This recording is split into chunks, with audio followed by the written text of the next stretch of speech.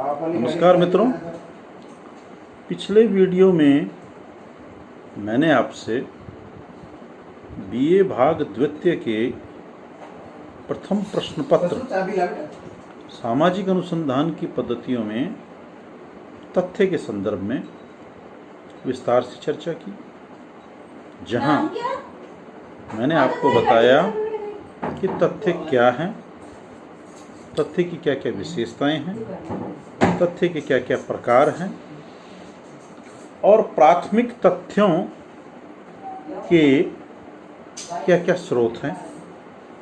जहां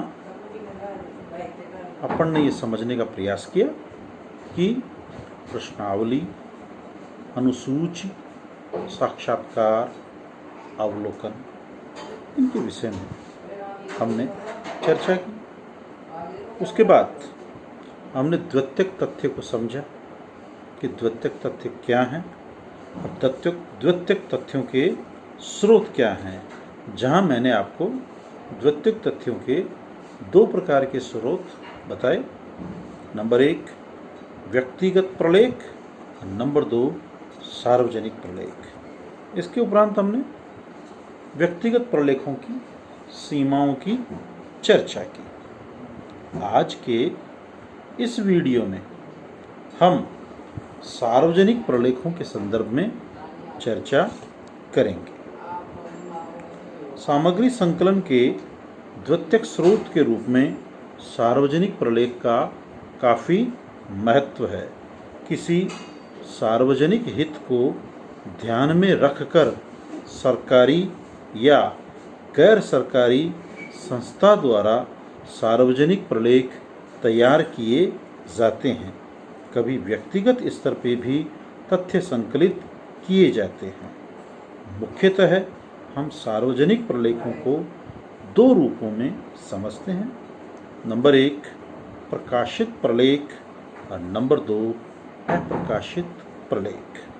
प्रकाशित प्रलेख से तात्पर्य हुआ मित्रों पब्लिश्ड डॉक्यूमेंट्स, यानी वे प्रलेख जिनका सरकारी या गैर सरकारी संगठनों के द्वारा समय समय पर संकलन और प्रकाशन किया जाता है, तो हम उन्हें प्रकाशित प्रलेख कहते हैं। इनमें मुख्यतः हम चर्चा करते हैं शोध संस्थाओं के प्रतिवेदन। शोध संस्थाओं के प्रतिवेदन से तात्पर्य हुआ कि विभिन्न शोध संस्थाओं द्वारा अपने शोध कार्यों का विवरण समय समय पर प्रतिवेदित या प्रतिवेदन के रूप में प्रकाशित किया जाता है। जैसे Tata institute of social sciences, जनजातीय अनुसंधान संस्थान, राष्ट्रीय शैक्षणिक शोध तथा प्रशिक्षण संस्थान, समाज विज्ञान शोध परिषद जैसे अनेकों अनेक संगठन हैं जिनके द्वारा समय समय पर समाज से जुड़े हुए विभिन्न अंगों की रिपोर्ट्स प्रकाशित की जाती है। इसके बाद में दूसरे हम सार्वजनिक प्रलेख के प्रकाशित प्रलेख की बात करेंगे। व्यक्तिगत शोधकर्ताओं के प्रकाशन, कुछ शोधार्थी होते हैं जिनकी शोध में अभिरुचि होती है, वो भी समय समय पर अपने रिसर्च प्रोजेक्ट्स को प्रकाशित करते हैं। तीसरा है समितियों व आयोगों के प्रतिवेदन। अनेक सरकारी व गैर सरकारी समितियों तथा आयोगों द्वारा समय समय पर अपने प्रतिवेदन प्रकाशित किए जाते हैं। अगला है व्यावसायिक संस्थाओं एवं परिषदों के प्रकाशन।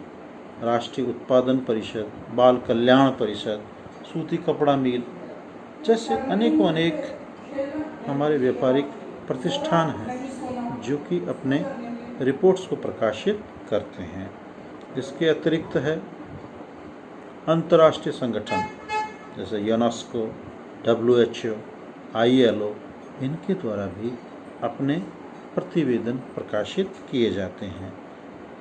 और अंतिम है पत्र पत्रिकाएं, रेडियो, टेलीविज़न, ये भी इसी का ही एक पार्ट है। अनेक आप देखते हैं शोध की पत्रिकाएं हैं, पत्र हैं, जिनमें अपनी इस तरह की रिपोर्ट्स प्रकाशित की जाती है। अब हम बात करेंगे अप्रकाशित प्रलेखों की, अनपब्लिश्ड डॉक्यूमेंट्स, जिनमें हैं अभिलेख। विभिन्न सरकारी और गैर सरकारी कार्यालयों में उनकी आवश्यकता अनुसार कई प्रकार के आंकड़े और सूचनाएं संकलित की जाती है। ये संपूर्ण सामग्री या अभिलेख विभिन्न समितियों, संगठनों, आयोगों के प्रतिवेदनों और समय समय पर आयोजित होने वाली मीटिंग्स की कार्यवाही के रूप में होती है। यद्यपि ये सामग्री गोपनीय होती है, परंतु साथ ही ये बहुत ही विश्वसनीय होती है। अगला है अनुसंधानकर्ताओं के प्रतिवेदन। अनेक अनुसंधानकर्ता भी महत्वपूर्ण शोध कार्य करते हैं, वो भी इसी का एक भाग है। नेक्स्ट है पांडुलिपियाँ। कुछ महापुरुष, समाज सुधारक आदि के द्वारा विभिन्न विषयों पर गहन अध्ययन एवं तथ्य संकलन कर पांडुलिपियाँ तैयार की जाती है।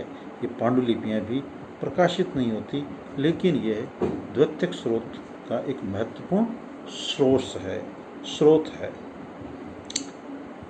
अंतिम है अप्रकाशित लोकगीत, लोक संस्कृति, शिलालेख, लोक कथाएं।